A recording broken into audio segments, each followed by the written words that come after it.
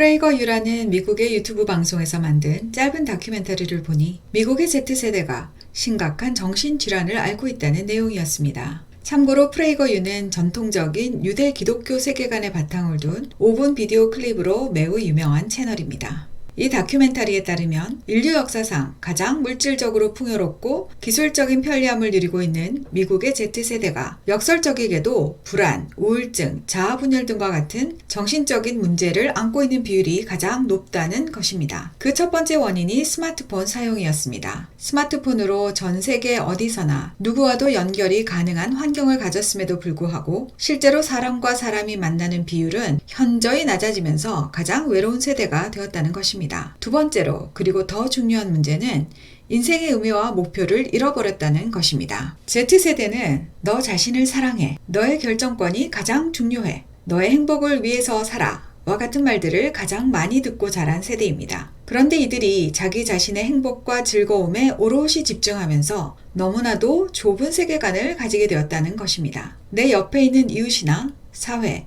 국가 단위의 더 크고 원대한 인생의 의미나 목적의식을 상실하게 되었다는 것이지요.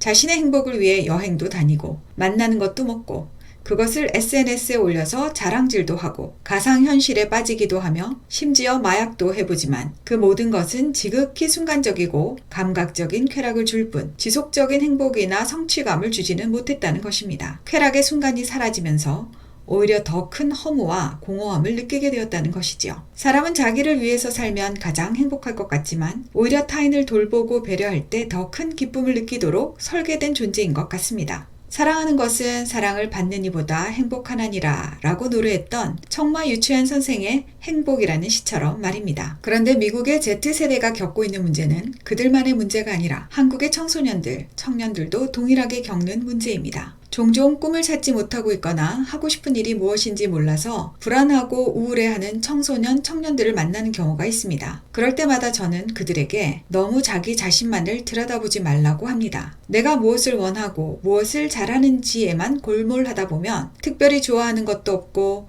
남들보다 잘하는 것도 없는 자기 자신을 발견하고 더 깊은 수렁에 빠질 가능성이 많기 때문입니다. 그럴 땐 차라리 눈을 들어 세상을 바라보고 내 이웃이 필요로 하는 일이 무엇인지를 살펴보라고 조언을 해주곤 합니다. 그러면 의외로 자신이 무엇을 해야 하고 또 할 수 있는지를 발견하기가 더 수월할 것이라고 말입니다. 사람은 누구나 자기를 초월하는 의미와 목표를 발견할 때 진정한 행복을 느끼고 가치 있는 삶을 살 수 있다고 믿기 때문입니다. 그런데 이러한 원리는 개인뿐 아니라 정당이나 국가의 경우에도 동일하게 적용되는 것 같습니다. 최근 문재인 정부 시절 대통령 비서실장을 지냈던 임종석이 통일이라는 국가의 비전을 포기하고 그냥 소소하게 평화롭게 지내자는 발언을 했습니다. 이 문제적 발언을 놓고 제가 어떤 청년과 대화를 나누었습니다. 그 청년이 말하길 좌파 정당들이 곧 분열하고 망하겠네요 하더군요. 그러면서 지금까지 우리나라의 좌파 정당들은 우리 민족끼리 통일을 이루는 것을 지상 목표로 삼아왔다. 그 통일이 우리 헌법이 말하는 자유민주적 기본 질서에 의거한 통일인지 아니면 북한이 원하는 적화 통일인지는 알 수 없지만 하여튼 민족 통일이라는 원대한 목표 하에 단결하였다. 그런데 이제 그런 목표를 버리겠다고 스스로 선언을 했으니 목표를 잃은 집단이 어떤 힘으로 함께할 것이며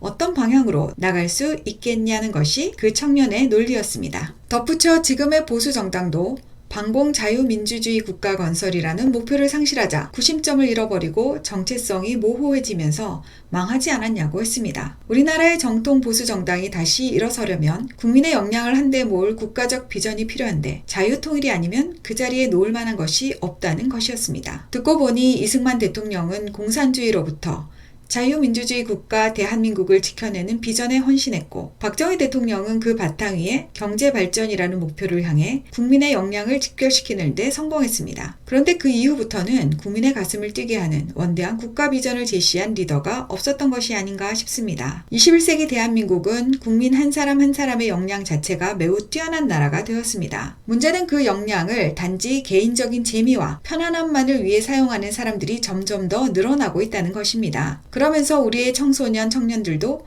자신을 초월한 원대한 인생의 목표나 의미가 아니라 그저 돈 많이 벌어서 나 혼자 잘 먹고 잘 사는 것에만 관심을 집중하게 되면서 점점 병들어가는 것이 아닌가 싶습니다. 이제 대한민국에도 개인을 뛰어넘는 비전과 소명의식을 다시 세워야 하는 때가 온 것 같습니다. 그것이 자유, 평화, 통일이든 글로벌 사회의 리더이든 무엇이 되었던 간에 국민의 선한 양심과 탁월한 능력을 깨워내는 그런 비전 말입니다. 그런데 눈을 씻고 쳐다보아도 지금의 정치권에는 그런 일을 할 수 있을 만한 리더가 보이지 않네요. 개인이든 정당이든 국가든 목표를 잃어버리면 망하게 되어 있는데 누가 다시 한번 우리의 가슴을 뛰게 하는 깃발을 들어줄까요?